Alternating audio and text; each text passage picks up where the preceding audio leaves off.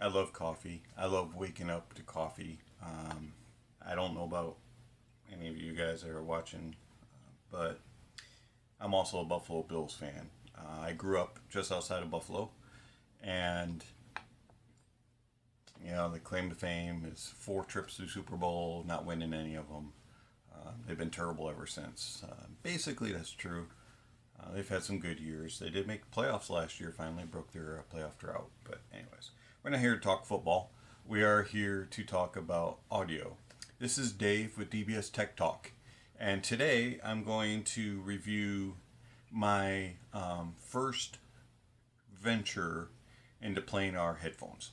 And after having experienced the Bear Dynamics as my first real leap into higher end audio, the Bear Dynamic Custom Studio, I wanted to experience a different type of headphone. And so, being the budget guy that I am and not really liking to spend a ton of money on things, even though my wife thinks differently, I wanted to venture into planars. But I didn't want to spend a fortune because, what if I didn't like them? What if I bought something and just absolutely didn't like it and I paid, five, six, $700 or more for them because I saw that planars could be like freaky expensive. So I started to research, and of course I had heard about Monoprice for various other things, mainly like electric cables and surge protectors, and I had seen some various other things, and I had actually purchased a few Monoprice things through the years just for around the house. And so I saw that they had two headphones coming out, the M560 and the M1060. Now, the at the time that I was going to go research, and potentially make a purchase, only the 560 was available. The M1060 hadn't been released yet. And so I started to do some researching and started to look into it and to see if the M560 was actually worth it, because it actually did interest me, being closed and open at the same time. And I had no clue about planars. I didn't know what people meant when they said planar sound. I had no idea the differences between what a dynamic and a planar was, or electrostat, other than I knew that each one of them was significantly more expensive than the other. And I knew that there were some really high priced planars out there. You got into the upper echelons of Hi-Fi Man, Odyssey, and you could just go on up from there, Mr. Speakers, and all of that. And then there were some other ones that I hadn't really known about, Fostex and some other stuff that was a little lower end. But Monoprice, because I was familiar with the company and I knew that they stood by with their product, might be a good venture. Plus, they were the cheapest. And so I started to really research. People loved them. People didn't really critique them too badly. They didn't seem to get awful reviews. And so I decided I'm going to shell out the $150 and I'm going to go ahead and try out the M560s. Well, they came like freaky fast. They came in like 2 days. I placed the order at like 10 o'clock at night, and they were there like 2 days later. And so they came in this nice little box. The cardboard box that they came in was nice and decent, did a decent job of protecting them. But they came in this nice little case, which actually is pretty slim. It's a little wide for a headphone case, but it wasn't anything that was too concerning for me. I like headphone cases to carry around, and so I thought that this was a good venture, and it definitely was better than that pile of junk one that came from House of Marley that has just not won the battle at all.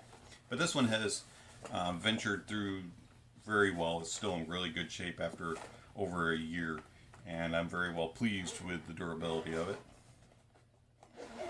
As far as, excuse me, I'm getting a text message here.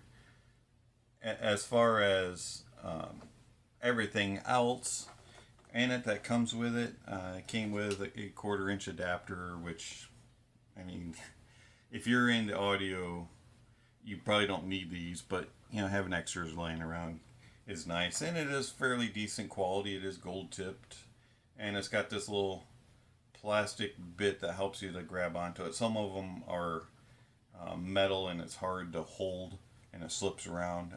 This one hasn't had an issue with the being input in somewhere and wobbling around. It stays in very nicely, and then where your headphones click into at that end, at the female end, it's very durable. I haven't had any issues there. And let's put these back together properly. And then they come with a nice cable, braided. It's about, I can't remember the exact length. I think it's about 5 foot long, 48 inches or so, or sorry, 60 inches or so. And I can't do my math. And it has 3.5mm duals and a 3.5mm at the end, and doesn't tangle really. It's not real spongy or anything like that. It's a nice cable and has lasted well. Haven't seen any need to replace it. As far as the headphones go, now I have modded these. They came with regular pads that are decent. They have these weird magnetic clips on them, and so you would think that they would have extra pads, but no, Monoprice didn't. These pads are fairly spongy, but they were just a little too small on my ears, and I don't like things touching my ears, and these just happened to touch my ears when they did it. And I do apologize. Again, my cat is using his office, and so we'll have to share some time with him. No editing allowed. So I did replace them with the recommended pads that you see all over line, which are the Sony XB500 pads. Excuse me. And the funny thing about these pads is, well, they took forever to come. They came on a slow boat from China, and when they arrived, they were awesome. They were like super plush and very nice feeling, but they obviously are not real leather. I don't know if I bought them from a different vendor than everybody else, or if they all come this way or what, but after about a month's worth of using, the inside of them, the little plastic bits just started coming off. And one day I used them, and I went out into the living room to say something to my wife, and she was like, "What is all over your ears?" And I had to go look in the mirror, and sure enough, they were shedding badly. So I don't know if you can see it on the mirror, on the camera or not, but they have completely shedded on the donut side of the ears, of the ear pad. Hey, don't mess with that. And so now it's just velour or whatever kind of fabric it is on the inside, and this fake pleather stuff that's just coated on the rest. But the other parts haven't shed. How did I attach them? Just use a double-sided tape, and they stick on plenty. So there you go. There's my modded story on them. So I basically have hybrid pads on the M560. Build quality: heavy, extremely heavy. They weigh over a pound. They are quite metal and can take a beating. They have been dropped a couple times. Everything about them is metal. There's metal and wood. As far as I can tell, there is no plastic on these.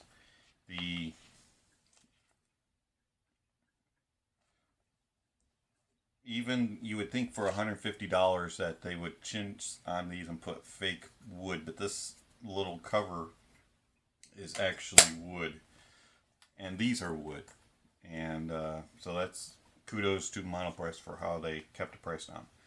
The headband strap is fairly comfy. It's not real leather, but it's comfortable enough. It has enough support. The elastic part where it goes could stand to be a little tighter. It's not the greatest.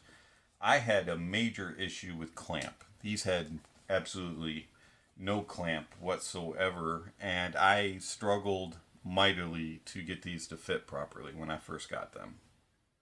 They didn't fit at all. They kept on just drooping down on my ears, so I had to take them and literally go like this for hours to bend them slightly into place. And I just did that over and over and over again, and slight increase. I even did this number and just applied them and pushed them together. They do hold up nicely now. So when I put them on my ears, they don't fall, but I can't really move my head. They're going to bounce around and fall off. So clamp force, non-existent on these. Now, other users may have other experiences, but for me, I still struggle with clamp to this day. I've had these over a year. Overall build quality, high quality. As far as durability, not going to break, not going to snap. They swivel smooth and nice, and no squeaks. I don't really have any issues with squeaking. There's a little bit of noise when you move them, but once they get on your head, you don't hear it at all.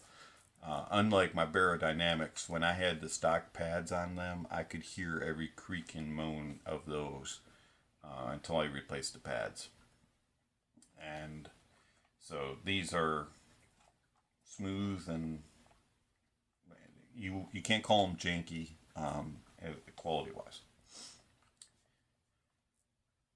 Sound wise, now these are unique.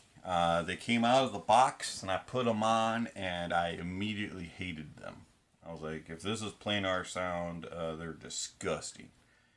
And I said, wait a minute, they're open and closed, so let's remove these covers. And when I removed the covers, then you realize that these aren't really closed headphones.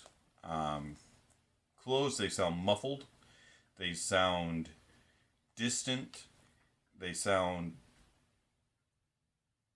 very muddy, and I do not care for them one bit closed. So they have, since the moment they started living here in my office, they have been open headphones. The only time that they are closed is when they're not in use. I put them in just to protect the dust from getting in onto drivers.